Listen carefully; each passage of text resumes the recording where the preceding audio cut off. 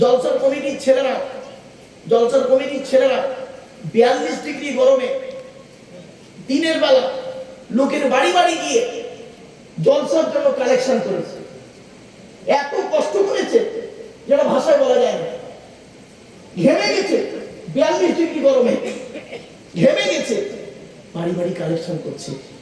ফেরেশতারা দেখে সৃষ্টিকর্তা আল্লাহকে বলছে, আল্লাহ, আপনার আদমের সন্তানরা কত কষ্ট করতে পারে, দেখুন সামান্য একটা জলসা দেবে যাত্রা গ্রামে, আপনার কোরআনের বাণী শুনবে বলে কমিটির ছেলে দুটো 42 ডিগ্রি গরমে কি কষ্ট করছে, চাঁদা কালেকশন করছে। সৃষ্টিকর্তা ফেরেশতাদের বলছে, ওদের চিনিস কি জিনিস ওরা? ফেরেশতারা বলছে, কিরকম?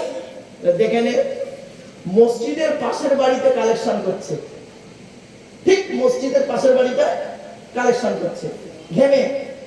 এমন অবস্থায় জোহরের আজান হচ্ছে, তখন একজন অন্যজনকে বলছে, চল চল পালা পালা পালা পালা, আজান হচ্ছে, চল চল। তিনি বুঝতে পারলেন না, তারপরে নামাজ পড়বে না, জলসার জন্য সারাদিন কষ্ট করে কালেকশন করছে। সৃষ্টিকর্তা বলছে, আরেকটা দেখবি? আদমের সন্তানের চেনা খুব মুশকিল। বলছে, কিরকম? ফেরেশতাদের বলছে, দেখবি, এই দেখ। जगाजी लगाने जगाजी लगाने जगाजी लगाने। In the name of Allah, the most merciful, most beneficent, peace be to Allah, Lord of the world. স্বনামধন্য সুনির্বাচিত মহামান্য আজকের মাহফিলে সভাপতি সাহেব, আমন্ত্রিত উলামা হযরত, দিন দরদি, ইসলাম দরদি, মুমিন মুত্তাকি মুসলমান সালেহ নেককার আল্লাহওয়ালা বাবাজিরা, আমার যুবক ভাইরা, স্নেহের কচি কচি বাচ্চারা, পর্দার অন্তরালী, পর্দার সিনা ধার্মিকা, স্নেহময়ী মমতাময়ী আমার মা ও বোনেরা, তার সাথে জানায় আমার আওয়াজ শ্রবণকারী মুসলিম অমুসলিম সমস্ত জাতির মানুষেরা, মহান আল্লাহর দরবারে শুকরিয়া আদায় করি যে রব্বুল আলামিন আমাকে আপনাকে বসিয়েছেন সেই ঈশার নামাজের পর থেকে নিয়ে কিছুক্ষণ কোরআন হাদিসের আলোচনা শোনার জন্য এ শোনার, এ বসার, এ বলা তৌফিক ইনায়েত করেছেন যে মহান আল্লাহ পাক। সেই পরওয়ারদিগার বেনিয়াজের দরবার প্রাণ খুলে ভক্তি ভরে উচ্চ আওয়াজে একবার শুকরিয়া আদায় করি, বলুন আলহামদুলিল্লাহ। একটু দয়া করে আমার সাথে সাথে বলুন সুবহানাল্লাহি ওয়া বিহামদিহি সুবহানাল্লাহিল আযীম। এটি হলো বুখারী শরীফের শেষ হাদিস। আর বুখারী শরীফের প্রথম হাদিস হলো ইন্নামাল আমালু বিন্নিয়াত। এর বাংলা অর্থ হচ্ছে প্রত্যেকটা কাজ তার নিয়তের উপরে নির্ভর করে। তাই এতগুলো জ্ঞানী বুদ্ধিজীবী মানুষ আপনারা এসেছেন, আপনাদের অন্তরে একটা নিয়ত আছে। আমি অথম আব্দুল্লাহ বিন মারুফ, তেমন ইলিম নেই, তেমন জ্ঞান নেই, আল্লাহ পাক আমাকে এখানে আনিয়েছেন, আমারও অন্তরে একটা নিয়ত আছে। আমার নিয়তটা আপনারা কিন্তু কেউ জানেন না, আপনাদের নিয়তটা আমিও জানি না। সুতরাং উভয়ের নিয়ত যিনি জানেন তিনি কে? একটু জোরে বলো, আল্লাহ। ইন্নাল্লাহা আলিমুম বিযাতিস সুদূর। নিশ্চয়ই আল্লাহ রাব্বুল আলামিন বান্দার অন্তর খবর সবই রাখেন। তাই আজকে এখানে যা কিছু আলোচনা হবে আপনাদের মাঝে, আমার মাঝে, আজকের আলোচনার সাক্ষী থাকবে কে? আল্লাহ। আল্লাহু শাহীদুম বাইনি ওয়া বাইনাকুম। আপনাদের মাঝে, আমার মাঝে আজকে আলোচনার সাক্ষী রাখলাম সৃষ্টিকর্তা আল্লাহ পাককে। এবার আসছি আলোচনার বিষয়বস্তু সম্পর্কে। কিসের উপরে আলোচনা রাখবো? আমি যেখানে আলোচনা করতে যাই, চাই সেটা কোনো কলেজের লেকচার হোক, বা কোনো হাই স্কুলের নবী দিবস হোক, বা হিন্দু মুসলিম কোনো কনফারেন্স হোক, বা এমনি কোনো আম জলসা হোক, আমি আমার ইন্ট্রোডাকশন, ইংরেজিতে বলে ইন্ট্রোডাকশন, বাংলায় বলে ভূমিকা, আরবিতে বলে মুকদ্দমা, আমি আমার ভূমিকাকে প্রাথমিক কিছু কথাবার্তা বলি, তারপরে মূল বক্তব্য শুরু করি। নাম্বার 1 হলো আজকের আমার এই বক্তব্য শুনতে আসার জন্য হিন্দু, মুসলিম, জৈন, ব্রাহ্মণ, খ্রিস্টান কুলি সন্তান বাদি দূরে জাতি ধর্ম বর্ণ নির্বিশেষে সকলকে আমি আহ্বান করি। এটি আমার কথা নয়, এটি কোরআনের কথা। পবিত্র কোরআন 13 নম্বর পারা 14 নম্বর পৃষ্ঠা সূরা সূরা ইব্রাহিম আয়াত নম্বর 1 লাইন নম্বর 1 আল কোরআন কিতাবুন আনজালনাহু ইলাইকা লিতুখরিজান নাসা মিনাজ যুলুমাতি ইলান নূর। আল্লাহ বলেন, নবী, ইহা এমন এক কিতাব তোমার উপর অবতীর্ণ করেছে ওই কোরআনের দ্বারা যে সমস্ত মানুষরা অন্ধকারের মধ্যে পড়ে আছে, শিরকের মধ্যে পড়ে আছে, নোংরার মধ্যে পড়ে আছে, ওদেরকে টেনে টেনে বের করে আলোর দিকে নিয়ে এসো। সেজন্য আমরা বলি কোরআন মানুষকে দেয় আলো। একটু জোরে বলা যাবে সুবহানাল্লাহ। কোরআন কোনোদিন টেররিস্ট বা সন্ত্রাসবাদের শিক্ষা কোরআন কোনোদিন দেয় না। কোরআন কিসের শিক্ষা দেয় তার উপর আলোচনা রাখবে ইনশাআল্লাহ। 2 নাম্বার, প্রত্যেক জিনিসের একটা ভদ্রতা আছে, শিষ্টাচার আছে, আদব আছে। এই মাজলিসের একটা আদব আছে, কোরআন জানিয়ে দিচ্ছে। 28 নম্বর পারা 2 নম্বর পৃষ্ঠা 13 নম্বর লাইন সূরা মুজাদালা আয়াত নম্বর 11 আল কোরআন ইয়া আইয়ুহাল্লাযীনা আমানু ইযা কিলা লাকুম তাফাসসাহু ফিল মাজালিসি ফাফসাহু ইয়াফসাহিল্লাহু লাকুম ওয়া ইযা কিলা ইনশুযু ফামশুযু ইয়ারফাইল্লাহু লাকুম। বিল মফহুমিয়া তরজমা করছি বাবা, বিল লফজ তরজমা না করে। কি? হে ঈমানদার বান্দাগণ, মজলিসের ভিতরে যখন ফাঁকা জায়গায় তোমাকে পূরণ করতে বলা হবে তখন তুমি সামনের ফাঁকা জায়গাটা পূরণ করে দেবে। যখন বলা হবে মজলিস কমপ্লিট, উঠে চলে যাও, তখন তুমি উঠে চলে যাবে। আর তুমি যদি অন্যের জন্য জায়গা প্রশস্ত করে দাও, আল্লাহ রাব্বুল আলামিন তোমার জায়গা কিয়ামতের মাঠে জান্নাতে প্রশস্ত করে দেবেন। ফাঁকা জায়গায় ফাঁকা রাখলে প্রবলেমটা কি? শয়তান ওখানে বসবে, কানে কানে কি মন্ত্রণা দেবে। শয়তান কি চায় ওটা কোরআন জানিয়ে দিচ্ছে। 7 নম্বর পারা 2 নম্বর পৃষ্ঠা 3 নম্বর লাইন সূরা মাইদা আয়াত নম্বর 91 আল কোরআন ইন্নামা ইউরিদু শাইতানু আন ইউকিয়া বাইনাকুমুল আদাওয়াতা ওয়াল বাগদাআ ফিল খামরি ওয়াল মাইসির ওয়া ইয়াসুদ্দাকুম আন যিকরিল্লাহ ওয়া আনিস সালাত। আল্লাহ বলে, শয়তান কি চায় জানো? মদ আর জুয়ার মাধ্যমে শয়তান তোমাদের মাঝে মারামারি লাগিয়ে দিতে চায়। আর কি চায়? ওয়া ইয়াসুদ্দাকুম আন যিকরিল্লাহ, আল্লাহর ইবাদত থেকে শয়তান তোমাকে বাধা সৃষ্টি করতে চায়। আর কি চায়? ওয়া আনিস সালাত, নামাজ থেকে শয়তান তোমাকে বাধা সৃষ্টি করতে চায়। তাই কোরআনের উদ্ধৃতি দিয়ে আলোচনার প্রারম্ভে আপনাদেরকে আমি আহ্বান করছি। পবিত্র কোরআন 2 নম্বর পারা 11 নম্বর পৃষ্ঠা 9 নম্বর লাইন সূরা বাকারা আয়াত নম্বর 208 আল কোরআন ইয়া আইয়ুহাল্লাযীনা আমানু উদখুলু ফিস-সিলমি কাফা। হে ঈমানদার বান্দাগণ, পরিপূর্ণভাবে ইসলামের মধ্যে প্রবেশ করো। ওয়ালা তাত্তাবিউ খুতুওয়াতিশ শাইতান, শয়তানের পথ অনুসরণ করিও না। ইন্নাহু লাকুম আদুউম মুবিন, শয়তান হলো তোমাদের প্রকাশ্য দুশমন। So I request for you, so my excuse me, আলোচনার প্রারম্ভে আপনাদেরকে একটু আহ্বান করলাম। এবার আসছি আলোচনার মূল বিষয়বস্তু সম্পর্কে। আগেই বলে নিই বাবা, আমি তেমন কোনো বড় আলিম নই, তেমন কোনো বড় জ্ঞানী মানুষ আমি নই। আমি মনে করি আমার জ্ঞানটা হলো সীমিত কিছু বই পুস্তক অক্ষর সিলেবাসের জ্ঞান, আর আপনাদের জ্ঞানগুলো হলো বিভিন্ন রকম কোয়ালিটি কোয়ান্টিটি বক্তার বক্তব্য শোনা জ্ঞান। তো আমি মনে করি আপনাদের জ্ঞানগুলো হলো প্রশান্ত মহাসাগরের মতো জ্ঞান, আর প্রশান্ত মহাসাগরের উপরে ছোট্ট একটা কলসির মতো আমার জ্ঞান। আমি আপনাদের জ্ঞান দিতে এসেছি, এটা যেন কোনোদিন ভাববেন না আমি আপনাদের জ্ঞান দেওয়ার ক্ষমতা রাখি না। পেশাগত দিক থেকে বর্তমানে আমি একজন উচ্চ মাধ্যমিক হাই মাদ্রাসার শিক্ষক, কলেজ এবং ইউনিভার্সিটির ছেলে মেয়েও পড়াও। কাজে কাজে আমাকে একজন ছাত্র বলতে পারেন। আমি একজন ছাত্র, সকল ধর্মের একজন ছাত্র। পৃথিবীতে সৃষ্টিকর্তা কেতাব পাঠিয়েছিলেন 104টি। কটি? আমার সঙ্গে কথা বলতে হবে। কত? 104টি। 100টা হলো সহিফা, অর্থাৎ ছোট ছোট, আর 4টা হলো বড় বড়। পৃথিবীর সব থেকে আকারে বড় কেতাবটির নাম হলো ইহুদিদের ধর্মগ্রন্থ, যেটি মুসা নবীর উপরে নাযিল হয়েছিল। ওই কেতাবটি হলো কত পারা? 1000 পারা। কত? 1000 পারা। তাওরাত কেতাব 1000 পারা। দাউদ নবীর প্রতি একটা কিতাব নাযিল হয়েছিল, কিতাবটির নাম হলো জবুর কিতাব। ওয়া আতাইনা দাউদা জাবুরা। তো জবুর কিতাবটা কত পারা? 150 পারা। কত? 150 পারা। এগুলো মাথায় রাখবেন, বেসিক আলোচনা করি, তারপরে মূল বিষয়বস্তুতে ঢুকবো। তারপরে সৃষ্টিকর্তা করলেন কি? পৃথিবীর মানুষকে সঠিক পথে চালনা করানোর জন্য সৃষ্টিকর্তা একজন নবী পাঠালেন, সঙ্গে একটি কিতাব পাঠালেন, অর্থাৎ একটা গাইড বুক পাঠালেন, গাইডার পাঠালেন।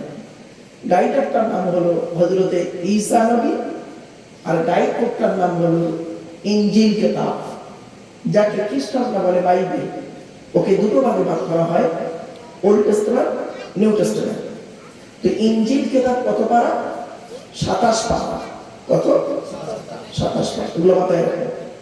সর্বশেষ পৃথিবীর শেষ লগ্নে, ধ্বংসের আগে, সৃষ্টিকর্তা মানুষকে সঠিক পথে চালনা করানোর জন্য একটি কিতাব পাঠালেন, সঙ্গে গাইড বুক পাঠালেন, মানে গাইডার পাঠালেন। গাইড বুকটার নাম হলো এই দ্বিহরি কোরআন, আর গাইডারটার নাম হলো বিশ্বনবী মুহাম্মদ সাল্লাল্লাহু আলাইহি ওয়াসাল্লাম। কোরআন হলো 30 পারা। ক্লিয়ার? এই 4টি ধর্মগ্রন্থ কবে এসেছে?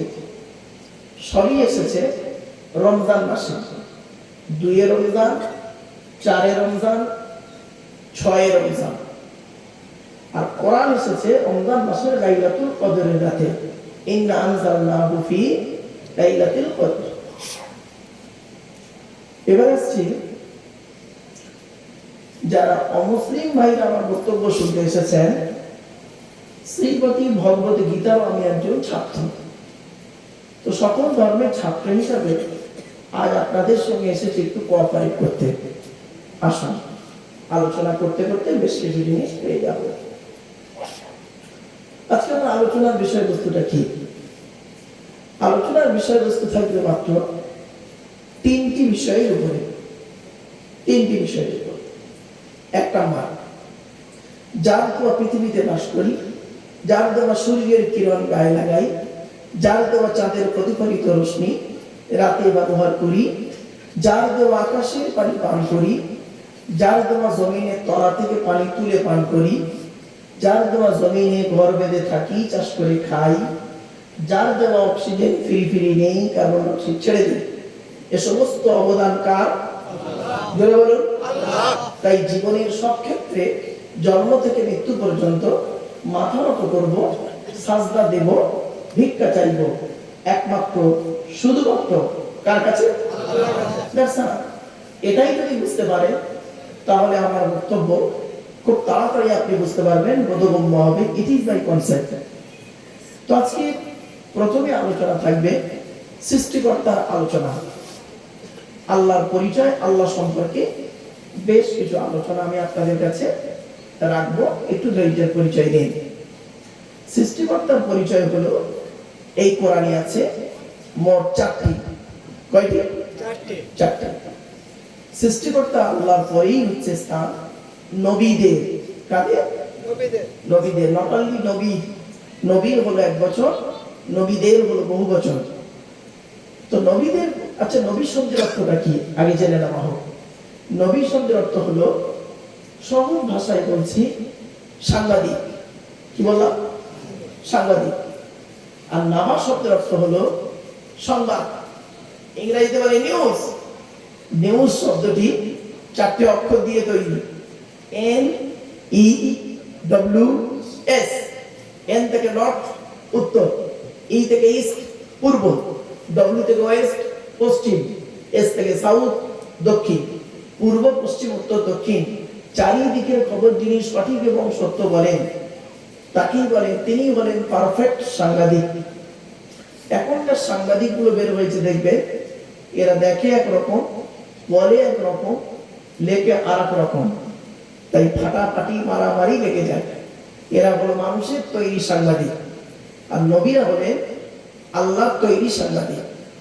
আল্লাহর তৈরি সাংবাদিক, মানুষের তৈরি সাংবাদিক, বিটুইন ফার ডিফারেন্স, অনেক পার্থক্য। আসুন, নবীদের পরিচয় হলো মাত্র তিনটি। কটি? তিনটি। আচ্ছা, আল্লাহর পরিচয় কটি বললাম? জোরে বলুন। চারটি। নবীদের পরিচয় তিনটি। একটু আমার সঙ্গে কথা বলবেন, তাহলে বুঝতে সুবিধা হবে আর আমারও বলতে একটু ভালো লাগবে। তাহলে আজকে আমাদের আলোচনার বিষয়বস্তু বের হয়ে এলো আল্লাহ সম্পর্কে, নবী সম্পর্কে। এবার বাকি আছে আমাদের আলোচনা। আমাদের পরিচয় হলো এই টোটাল কোরআনের ভিতরে আছে মাত্র দুটি। কটি? দুটি। সৃষ্টিকর্তা বলছেন আমার পরিচয় চারটি, আমার নবীদের পরিচয় তিনটি, আর তোদের পরিচয় মাত্র দুটি। এই দুটোই তো ঠিক মতো করতে পারিসনি, জান্নাতুল ফেরদাউসের আশা করে বসে আছে। অবাক লাগে। শুনে নিন, আলোচনার শুরুতেই আরেকটি কথা আপনাদের বলে দিচ্ছি। জলসা যখন আপনারা দেবেন, তিনটে জিনিসকে ঠিক রাখবেন। কয়টি? তিনটে জিনিস ঠিক রাখবেন, তাহলে জলসা ঠিক হবে। আর তিনটের একটা যদি গন্ডগোল হয়, তাহলে জলসা সমস্যা তৈরি হয়ে যাবে। কিরকম একটু খুলে বলি। এক নাম্বার, বক্তা। কি বললাম? বক্তা। দু নাম্বার, কমিটি। কি বললাম বাবা?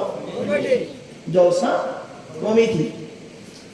তিন নাম্বার, শ্রোতা। এই তিনটি জিনিস ঠিক রাখবেন। কি ঠিক রাখবেন? এক নাম্বার, বক্তার কি দেখবেন? বক্তার দুটো জিনিস দেখবেন। এক নাম্বার, বক্তাটি এডুকেটেড পারসন কিনা, শিক্ষিত মানুষ কিনা, কোয়ালিটি বা কোয়ান্টিটি আছে কিনা, সত্যিকারের তিনি আলেম কিনা। কিছু বুঝতে পারছেন আমার কথা? সত্যিকারের তিনি আলেম কিনা। খারাপ সেন্স দেবেন না, সোনা মাইন এক্সকিউজ মি। 2000 সালে যে ব্যক্তিকে দেখলাম ট্রলিতে করে মাইকে গজল বলে বলে মাদ্রাসা কালেকশন করছিল গলার সুর দিয়ে, সেই ব্যক্তিকে দেখছি 2020 সালে, অর্থাৎ 20 বছর পরে তিনি হলেন একজন ফেমাস বক্তা। তাকে বক্তা বানালো কে? তাকে বক্তা বানালো এই ইউটিউব ওয়ালারা। ঠিক না বেশি? খারাপ বললাম? আচ্ছা, এগুলো কি ইউটিউব ওয়ালা নাকি? হ্যাঁ, আচ্ছা যাই হোক বাবা, এই ইউটিউব ওয়ালারা তাকে বক্তা বানিয়ে দিল। কিভাবে বানালো? গলার টোন আছে ভালো, ইত্যাদি ইত্যাদি। শুনে রেখে দিন, 1 ঘন্টা লেকচার দিতে গেলে 3 ঘন্টা স্টাডি করতে হবে। ছোট্ট একটা এক্সাম্পল দিচ্ছি। প্রাইমারি, আচ্ছা আগে আপনাদের জিজ্ঞাসা করি, আপনাদের হাতে 2-2.5-3 ঘন্টা সময় হবে? হ্যাঁ, হবে তো? ঠিক আছে, আমি আগে যে টাইমটা একটু জেনে নিলাম।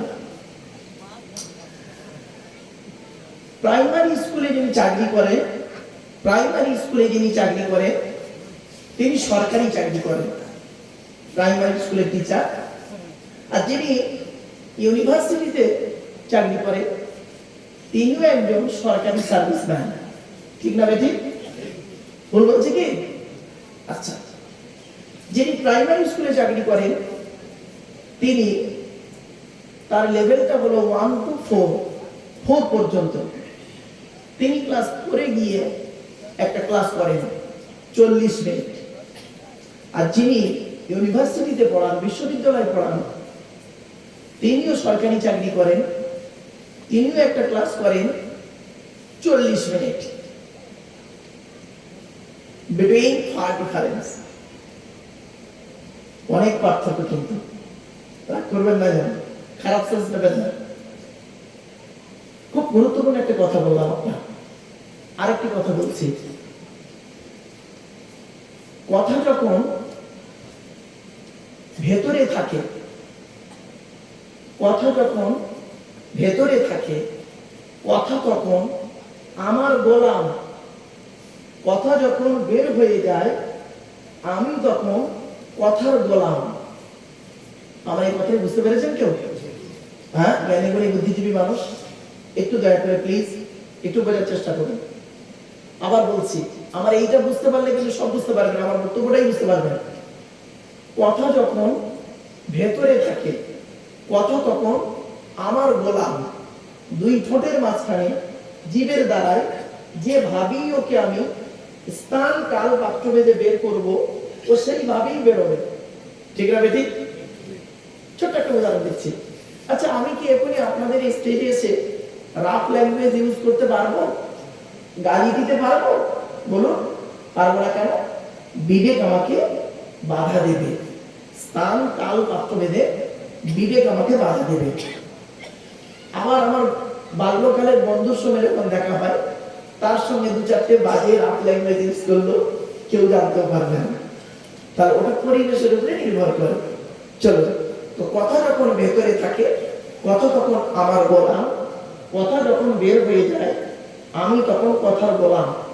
এটা মনে রাখবেন, খুব কঠিন জিনিস, খুব কঠিন জিনিস এটা। এই জন্য কথা বলতে গেলে একটু চিন্তা ভাবনা করে বলতে হবে। আপনাদেরকে আমি আলোচনার শুরুতেই অনুরোধ করলাম।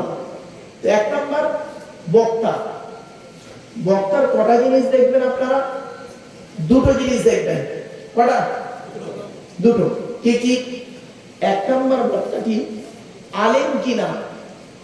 2 নম্বর, বক্তাটি আমল আছে কিনা। কিছু বুঝতে পারলেন ভাষাটা? আমল আছে কিনা, মানে প্র্যাকটিক্যাল করে কিনা। জাস্ট আপনাদের বোঝার জন্য বলছি। বহু বক্তা আছে এমন যারা 5 ওয়াক্ত নামাজ পড়ে না। আপনারা খবর নেননি? কত বক্তা আছে স্মোক করে, বিড়ি সিগারেট খায়। কত বক্তা আছে পিতামাতার ভাতই দেয় না, প্যারেন্টসের কোনো খবরই রাখে না। এই জন্য এটা একটু দেখার দরকার আছে। 2 নম্বর, কমিটি। জলসা কমিটি আর মসজিদ কমিটি দুটো একটু আলাদা। জলসা কমিটি হতে গেলে এই ন্যূনতম এক্সপিরিয়েন্সকে সামনে রেখে বলছি, বা 3টে গুণ লাগবে। ভাই, যারা জলসা কমিটি আমার উপরে রেগে যাবেন না, ফার্স্ট চান্সে অনুরোধ করছি। জলসা কমিটি হতে গেলে 3টে গুণ লাগবে। 1 নম্বর কি? সৎ হতে হবে। কি বললাম? জোরে বলুন। সৎ। আচ্ছা, সৎ কাকে বলে? কোন লোকটাকে সৎ বলে? চলুন তো একটু দেখি। গালে দাড়ি রাখলে সৎ,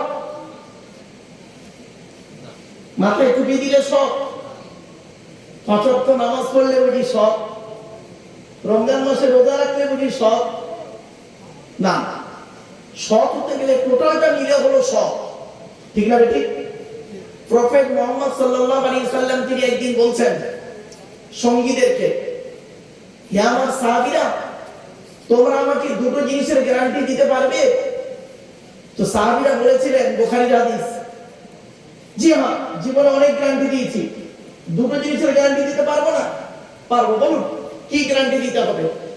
পাশ থেকে একজন ব্যক্তি বললেন, দিলে কি বিনিময়ে কি পাবো? তো মুহাম্মদ সাল্লাল্লাহু আলাইহি ওয়াসাল্লাম বলেছিলেন, বিনিময়ে তোমাদের জান্নাত বা স্বর্গের গ্যারান্টি দেব। তখন সঙ্গীরা বললেন, সাহাবীরা বললেন, আপনি বলুন, আপনি বলুন কি দুটো জিনিস? আজ আলোচনা শুরুতে এই দুটো জিনিস বলেই শুরু করছি। তিনি বললেন যে 1 নম্বর হলো 2 ঠোঁটের মাঝখানে। কি বললাম? কি বললাম? জোরে বলুন। 2 ঠোঁটের মাঝখানে জিভের গ্যারান্টি দাও। তোমরা আমাকে জিভের গ্যারান্টি দাও, জিহ্বার গ্যারান্টি দাও। 2 ঠোঁটের মাঝখানে বাজে ভাষা বলা থেকে জিভটাকে ঠিক করো, পরনিন্দা পরচর্চা করা থেকে জিভটাকে ঠিক করো, আর হারাম অবৈধ খাবার খাওয়া থেকে জিভটাকে ঠিক করো। তো 2 ঠোঁটের মাঝখানে জিভের গ্যারান্টি দাও। আর 2 নাম্বারটা কি বলুন? বললেন 2 রানের মাঝখানে। কি বলবো? কি 2 রানের মাঝখানে, অর্থাৎ লজ্জাস্থান। এই 2 ঠোঁটের মাঝখানে আর 2 রানের মাঝখানে এই দুটো জিনিসের গ্যারান্টি তোমরা আমাকে দাও, আমি মুহাম্মদ সাল্লাল্লাহু আলাইহি ওয়াসাল্লাম তোমাদেরকে আজকে জান্নাতের গ্যারান্টি দিয়ে দেব। যান, বাড়ি চলে যান, আমার ওয়াজ শেষ। বাড়ি চলে যান। বাড়ি গিয়ে দেখবেন হয় ভদ্রলোকের নিচে খারাপ, নয় ভদ্রলোকের উপর খারাপ। ঠিক না? ঠিক না, দুটোই খারাপ। ও জাহান্নামী নরকবাসী। ও দাড়িওয়ালা টুপিওয়ালা যেই সাহেব হতে পারে, রাগ করবেন না, বাস্তব কথাই বলছি। আমি এখানে এসে ওই মাদ্রাসাতে বসে বলছিলাম যে পৃথিবীতে সব সৃষ্টি জীবকে চেনা যায়, একজনকে চেনা যায় না। সেটা কে জানেন? বলবো, মানুষ। এদের চেনা যায় না। আদমের সন্তানদের চিনতে পারবেন না কেউ। ছোট একটা উদাহরণ দিই, দেবো? আরে ভাই বলুন না, একটু কথা বলুন। দিচ্ছি, দেখেন। গ্রামটার নাম যাত্রা, তাই তো নাকি? যাত্রা গ্রামে জলসা হবে, যাত্রা গ্রামে জলসা হবে। জলসার কমিটির ছেলেরা 42 ডিগ্রি গরমে দিনের বেলা লোকের বাড়ি বাড়ি গিয়ে জলসার জন্য কালেকশন করেছে। এত কষ্ট করেছে যেটা ভাষায় বলা যায় না। ঘেমে গেছে, 42 ডিগ্রি গরমে ঘেমে গেছে, বাড়ি বাড়ি কালেকশন করছে। ফেরেশতারা দেখে সৃষ্টিকর্তা আল্লাহকে বলছে, আল্লাহ, আপনার আদমের সন্তানরা কত কষ্ট করতে পারে, দেখুন। সামান্য একটা জলসা দেবে যাত্রা গ্রামে, আপনার কোরআনের বাণী শুনবে বলে কমিটির ছেলে দুটো 42 ডিগ্রি গরমে কি কষ্ট করছে, চাঁদা কালেকশন করছে। সৃষ্টিকর্তা ফেরেশতাদের বলছে, ওদের চিনিস? কি জিনিস ওরা? ফেরেশতারা বলছে, কিরকম? দেখে নে, মসজিদের পাশের বাড়িতে কালেকশন করছে। ঠিক মসজিদের পাশের বাড়িতে কালেকশন করছে, ঘেমে। এমন অবস্থায় জোহরের আজান হচ্ছে। তখন একজন অন্যজনকে বলছে, চলছে, পালা পালা পালা পালা, আজান হচ্ছে, কিছু বুঝতে পারলেন না? তারপরে নামাজ পড়বে না। জলসার জন্য সারাদিন কষ্ট করে কালেকশন করছে। সৃষ্টিকর্তা বলছে, আরেকটা দেখবি? আদমের সন্তানের চেনা খুব মুশকিল। বলছে, কিরকম? ফেরেশতাদের বলছে, দেখবি? এই দেখ, এই যে রমজান মাস গেল, সারাদিন রোজা রেখেছে, সেই ফজরের আগে খেয়েছে, আর মাগরিবের আজান পর্যন্ত ইফতার নিয়ে বসে আছে, কিছু খাচ্ছে না। ফেরেশতারা দেখে বলছে, আল্লাহ, আপনার এই বান্দারা, আদমের সন্তানরা কত অনুগত, দেখুন। বলছে, কিরকম? বলছে যে সারাদিন রোজা রেখেছে, দেখুন, আপনার অনুমতি যতক্ষণ না পাচ্ছে, আজান যতক্ষণ না হচ্ছে, ততক্ষণ গালে কিছু দিচ্ছে না। সামনে প্রচুর পরিমাণ খাবার আছে, খেতে পারছে না। আল্লাহ বলছে, ওদের চিনিস? কি জিনিস? কেউ নামাজ পড়ে নেই, সারাদিন রোজা রেখেছে, নামাজ পড়বে না। ফেরেশতারা তো আল্লাহ, কি হলো? রোজা রেখেছে, নামাজ পড়ে না। আল্লাহ বলছে, আরেকটা দেখবি কোয়ালিটি কেমন? আল্লাহ ফেরেশতারা বলছে, বলুন। বলছে, এই দেখ, রোজাও করেনি, নামাজও পড়েনি, ইফতারের সময় বসে গেছে ইফতার করতে। অসুবিধা হচ্ছে বুঝি? হ্যাঁ, আচ্ছা, টেনে বলছে না বলে প্রবলেম হচ্ছে? হ্যাঁ, টেনে বললে ভালো হয় না? একটু ধৈর্যের পরিচয় দিন, মালটা একটু গরম হয়ে যায়। টেনে ছেড়ে ছাড়াই দিচ্ছে, তো 5 মিনিট 10 মিনিট আমার টান না হলে বললো বক্তা বেকার। বাবা, একটু ধৈর্যের পরিচয় দিন। কারণ আস্তে আস্তে একজন বলছে আমাকে, হুজুর, আমি ভাষাটা বুঝতে পারছিলাম না, 4-5 বার করে রিপিট করছিলাম। হুজুর, একটু টেনে বলবেন, মানে কত কোটি টান দিতে হবে, বুঝতে পারছেন? তো যাই হোক, একটু টেনে দিচ্ছি, চিন্তা, একটু ধৈর্যের পরিচয় দিন। 1 নম্বর বক্তা, 2 নম্বর কমিটি হতে গেলে তার 3টে গুণ লাগবে। 1 নম্বর কি? সৎ হতে হবে, বাড়িতে গিয়ে ভাববেন। 2 নম্বর হলো হালাল খানেওয়ালা হতে হবে, হালাল খাবার খেতে হবে। বা এত সহজ নয় জলসা কমিটি হওয়া।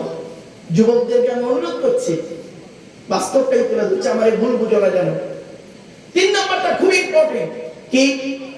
5 ওয়াক্ত নামাজি হতে হবে। এটা হলো জলসা কমিটির এই তিনটে গুণ যেন থাকে। আর